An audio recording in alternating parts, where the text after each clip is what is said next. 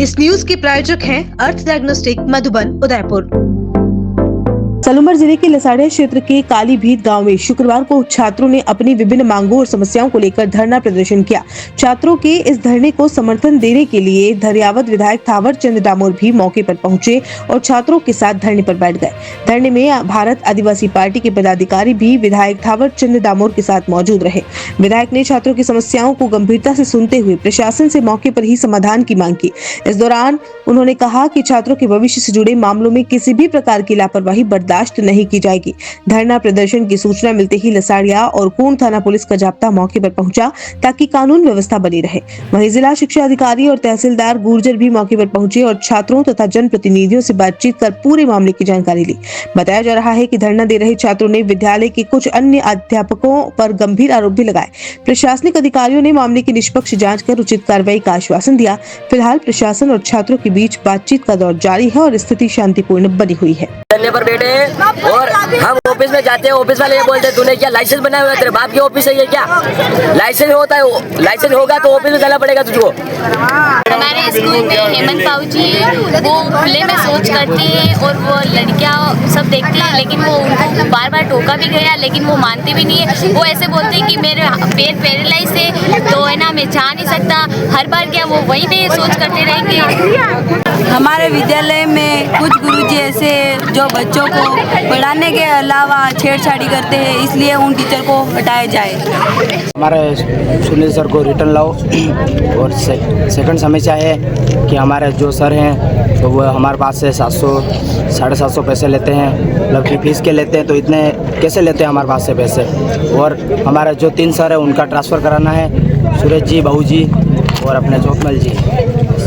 आज पिछले 3-4 दिनों से लगातार सुनने में आ रहा था मेरी विधानसभा क्षेत्र के कालीभीत में सीनियर स्कूल है PM3 की, जहां करीबन 700 से ज़्यादा स्टूडेंट यहाँ पढ़ते हैं। 26 से ज़्यादा अध्यापकों की ज़रूरत है। वहाँ पर 11-12 स्टाफ काम चला रहा है और इन स्टाफ के अंदर सुनील कुमार नाम के एक व्याख्याता जो हैं वो पूरे गांव के लोग और यहाँ के बच्चों का दिल जीता हुआ उन्होंने कि संडे हो या हर एक दिन वो अपने तरीके से पढ़ाई के साथ साथ में उन बच्चों को आगे ले जाके संस्कार तक सिखाते हैं। ऐसे में जब उन बच्चों के बात सामने आई कि हमारे सुनील जी का यहाँ से ट्रांसफ़र हो चुका है, तो बच्चे लगातार आवेश में थे, सड़कों पे थे।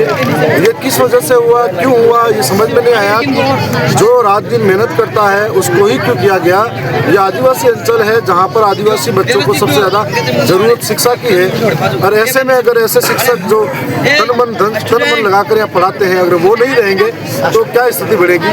अब इन बच्चों लगातार 4 दिन के बाद में कई जनप्रतिनिधि भी मौके पे आए, कई गांव के लोगों ने अपने तरीके से ज्ञापन दिया, बच्चों ने दिया।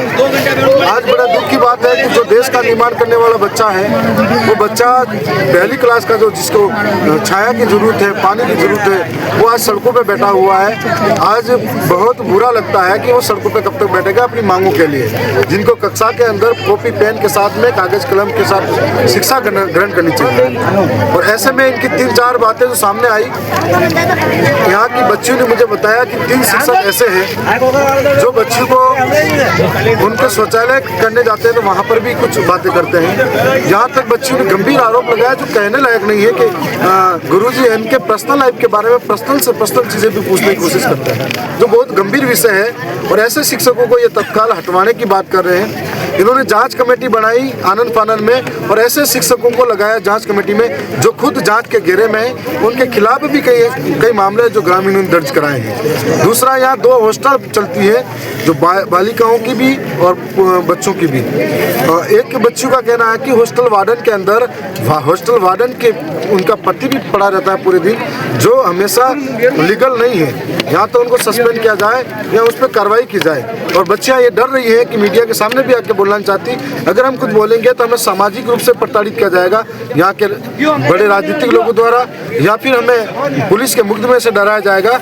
हम कहीं के नहीं रहे, ना इधर बोलने लायक है ना उधर बोलने लायक है। और ऐसे में इनके जो एक CBO ऑफिस में PRO लगा हुआ है, जो साफ वीडियो पर भी इन लोगों के पास है, तो गाली गलौज दे रहा है, जो माँ बहन की गालियाँ होती, जो किसी को शोभा नहीं देती एक शिक्षक को। और एक शिक्षक देश का निर्माण करता है, उसके हाथों से बड़े बड़े डॉक्टर, इंजीनियर, कलेक्टर बनते हैं, IAS बनते हैं, RS बनते हैं, पुलिस के अफसर बनते हैं। ऐसे में ये शोभा नहीं देता। वो लोग गाली गलौज में बात करते हैं जिससे गुंडे जैसी भाषा हो। और इस पूरे धरने के दौरान 4-5 मुखबरी करने के लिए कुछ शिक्षक यहाँ पर मौजूद रहते हैं जो अलग अलग स्कूलों से हैं, पर प्रशासन को जानकारी होने के बावजूद भी उन पर भी कार्रवाई नहीं कर पाता है। तो ये पूरे लसाड़िया के शिक्षा क्षेत्र के अंदर बहुत बड़ा विषय है। और जो इस विषय के अंदर जो बच्चे सड़कों पर बैठा है, जो हम सबको अच्छा नहीं लग रहा है, प्रशासन इनका समाधान करे। अन्यथा इन बच्चे के साथ में, अगर मेरे बच्चे सड़कों पर बैठते हैं तो मैं भी मजबूरी में उन बच्चों के साथ में सड़कों पर बैठूंगा। और यहाँ पर ही नहीं, अगर इनकी समस्याओं का समाधान नहीं होता है तो जिला कलेक्टर के बाहर इन बच्चों के साथ में, हम ये बच्चे अगर कहते हैं तो जिला कलेक्टर के बाहर भी मैं उनके साथ बैठने के लिए प्रदर्शन तैयार हूँ।